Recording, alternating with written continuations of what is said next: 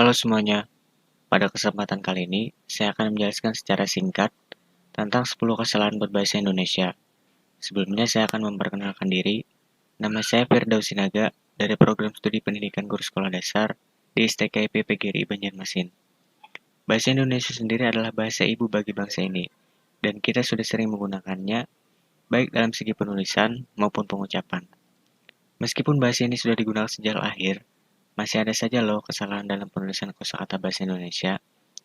Bahkan kadang kita tidak menyadari kalau bahasa yang kita gunakan itu tidak sesuai dengan KBBI atau Kamus Besar Bahasa Indonesia. Baik, langsung saja kita masuk pada pembahasan pertama, yaitu ada kata silahkan atau silakan. Nah, kalau kita datang ke suatu tempat, seringkali kita melihat kalimat sapaan seperti silahkan masuk. Berhubung kita sering melihat tulisan seperti ini, kita pun jadi berasumsi bahwa tulisan yang tepat adalah silahkan, yaitu pada kata yang pertama. Nah, kalau begini kalian harus koreksi lagi, karena tulisan yang tepat adalah silakan, yaitu pada kata yang kedua. Alasannya tidak ditemukan kata silah dalam Kamus Besar Bahasa Indonesia, namun adanya kata sila yang memiliki arti sudilah kiranya, yaitu perintah yang halus. Selanjutnya, ada kata antri atau antre.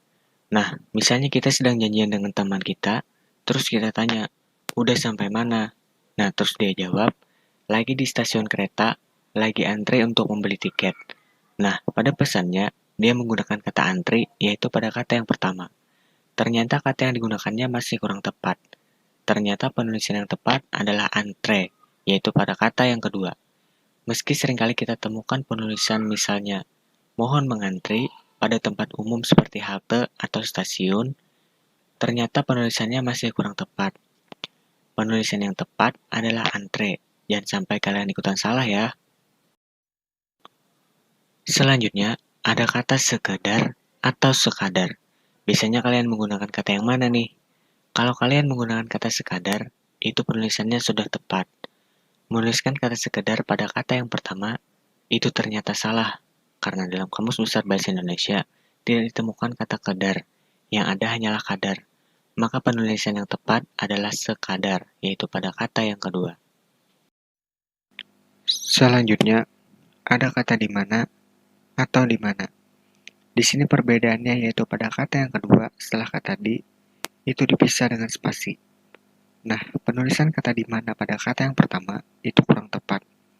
Apabila kita merujuk pada pedoman EYD atau ejaan yang disempurnakan, setiap kata depan seperti di atau ke itu harus dipisah jika menunjukkan tempat.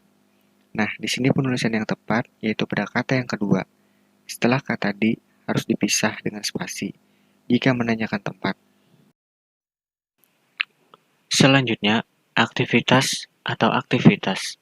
Perbedaannya pada kata yang pertama menggunakan huruf F dan pada kata yang kedua menggunakan huruf V.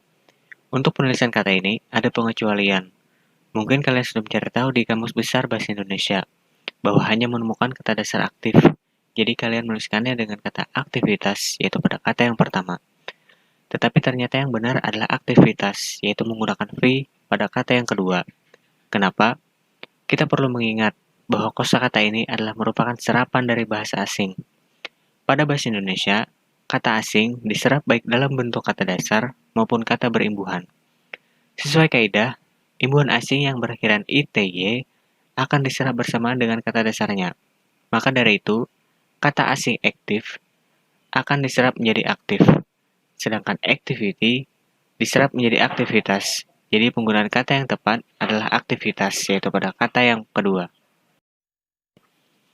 Selanjutnya, ada kata praktek atau praktik. Sama dengan sebelumnya, kata ini juga merupakan serapan dari bahasa asing, yaitu practice. Untuk setiap kata yang memiliki akhiran IC, maka perubahan yang tepat dalam bahasa Indonesia itu menggunakan IK, sehingga penulisan yang tepat adalah praktik, yaitu pada kata yang kedua. Selanjutnya, analisa atau analisis. Nah, kalau kita membuat sebuah karya ilmiah, tentu saja kita menggunakan kata analisa atau analisis. Nah, jadi kata yang mana nih yang benar? Kata ini juga merupakan serapan dari bahasa asing, yaitu analisis. Dalam penyerapan ke dalam bahasa Indonesia, akhiran Y dan S berubah menjadi I dan S. Jadi, penggunaan kata yang benar adalah pada kata yang kedua, yaitu analisis. Selanjutnya, nasihat atau nasihat. Nah, menurut kalian kata yang mana nih yang benar? Ternyata kata yang benar adalah nasihat, yaitu pada kata yang kedua.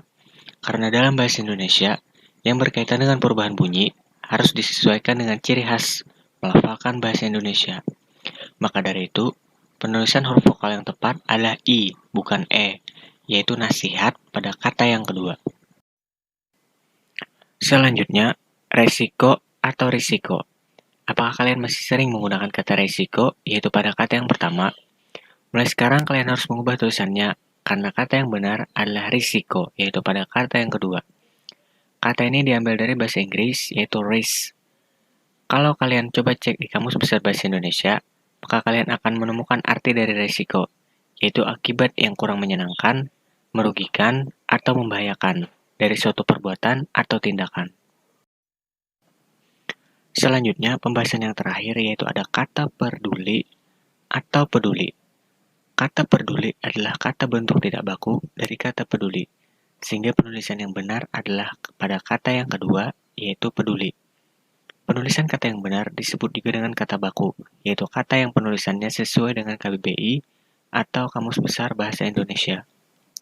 Demikian penjelasan singkat dari saya terkait 10 kesalahan berbahasa Indonesia yang mungkin pernah kita lakukan dalam kehidupan sehari-hari. Semoga apa yang saya jelaskan dapat bermanfaat bagi kita semua. Apabila terdapat kesalahan dalam penjelasan saya mohon maaf. Saya akhiri. Terima kasih.